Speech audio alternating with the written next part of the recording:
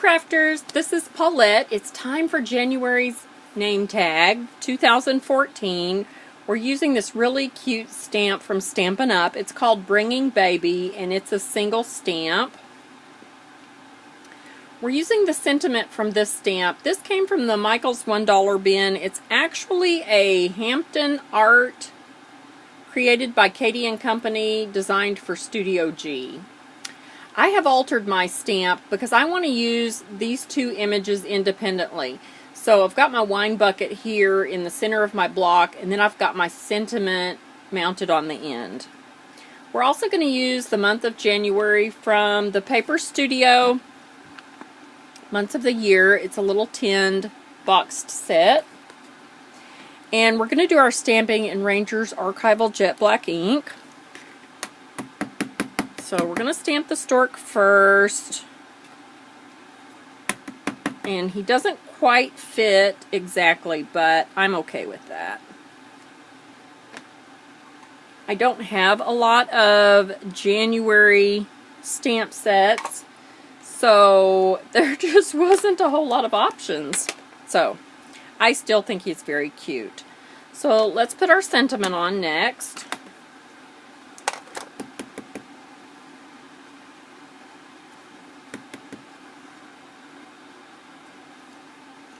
And then our month of the year last. I'm bringing my stamp pad up closer so I can see. I'm only going to ink the first three letters just by lining them up, and I'm just going to jiggle it a little bit to get some ink.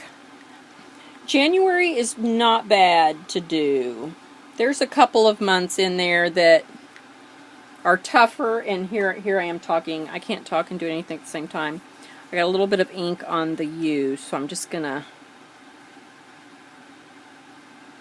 try to clean it off.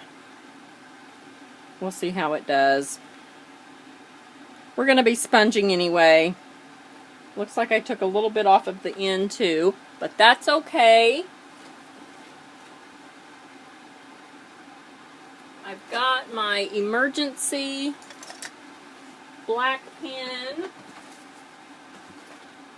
somewhere here that I'm scrambling for. Here it is. That I bought just for this purpose. So we can just fill in a little bit. Fix our boo-boos. Alright. We're going to be using some Crayola washable markers, and I've got one Cra-Z-art here as well. We're going to be using pale pink for the baby's cheeks. It's the palest pink in the 50-piece set from Crayola. I've got a gray. There are 3 grays in this set, so I have marked them. There's a more true gray, a blue gray, and a green gray. That way it made it less complicated. I was having to color them on scrap constantly to figure out what they were. I've got 2 yellows. One, a brighter yellow that we're going to do the baby's sash in. I chose yellow just because of that whole father time kind of thing. And the clocks are typically yellow or gold, so that's why I chose yellow.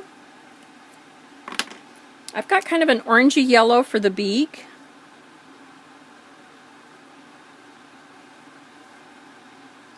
And I didn't color the ribbon. I just couldn't decide what color to color that, and so I chose to do nothing to it. And in the end, the sponging was very close to that anyway, so I don't think it mattered. So the palest blue for the tiny little spectacle eyeglasses, and then this Cra-Z-art light orange for the legs.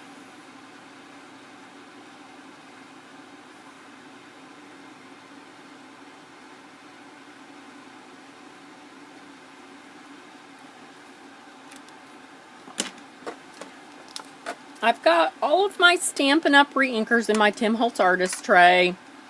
I've talked about this in previous tutorials.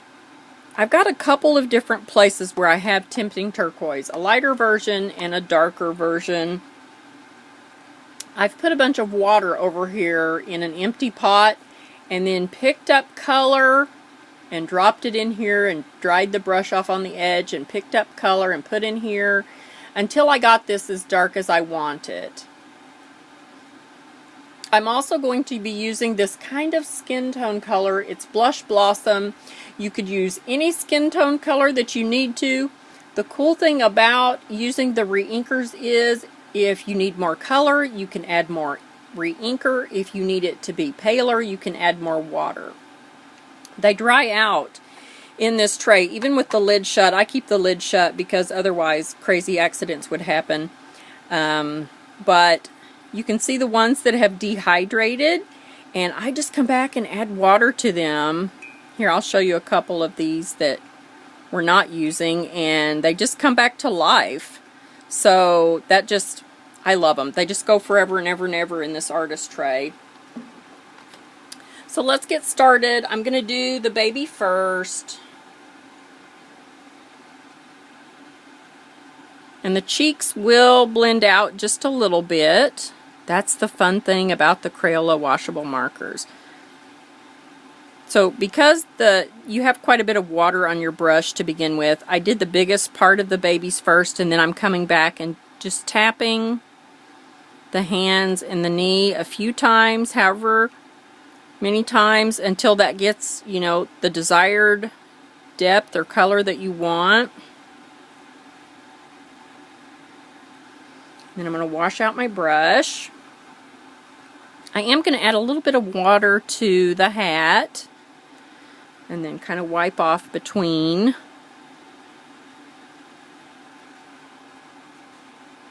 And now I'm ready to start picking up some color for my Stork.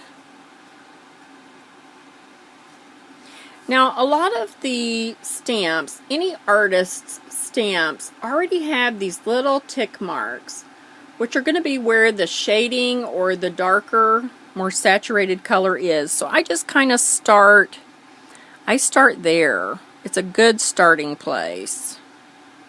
And you can work out from there. There's a few right here on the edge, leading edge of that wing. And then I just kind of start filling in. Do the tail a little bit. You can always come back and add more. Don't forget this little part of the wing. I keep forgetting that. I'm not sure why. It just, I don't know.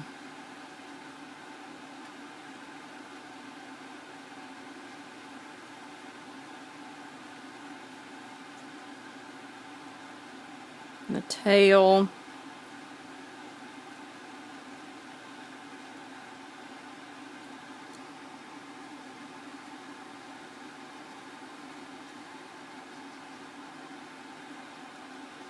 My first Storks were kind of pale.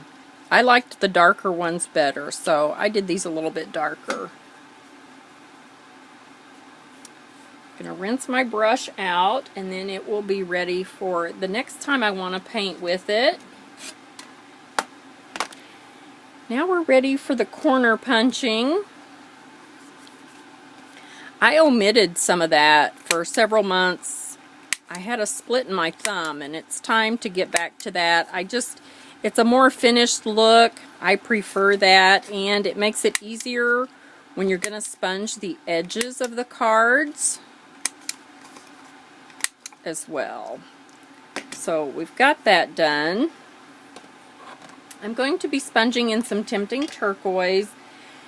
Now, I've got my Reinker on a different pad. I need to order the real one. I have found that if I take my sponge and swirl it around on my glass mat or any slick surface, it distributes the ink through the sponge a little bit better and gives you a little bit more softer look. And I just kind of start with the corners first. And because I still have quite a bit of ink, I'm going to go on to the next card and then come back to the first one. Sponging on this slick surface also helps me save ink. I used to do it on a scratch piece of paper, and oh my gosh, you just leave most of the ink on your scratch paper. Well, that's not doing me any good, so. And it's easier. On a slick surface, your sponge glides a little bit more. Be careful of these chunks. That is a big chunk of my sponge that came off. I need to retire this one. It's pretty dead. And it's messy. So I'm just going to finish these up. And then they are ready to have somebody's name written on them.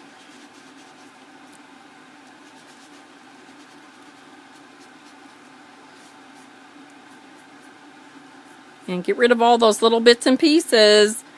You know, it took me a long time to figure out that's what was making the back of my cards dirty. So there we go. These are ready to have a name written on them and be put in there. Don't forget to stamp the back of your cards with your name or handwrite your name on there. I have a nice little stamp that does the year and my name, and that way people can look back on that and say, oh my gosh, you know, this person gave me this piece of artwork at that time. So anyway, as usual, if you have any questions, be sure and let me know. I've got some Stampin' Up! Product coming up, and maybe another video. Thanks for joining me.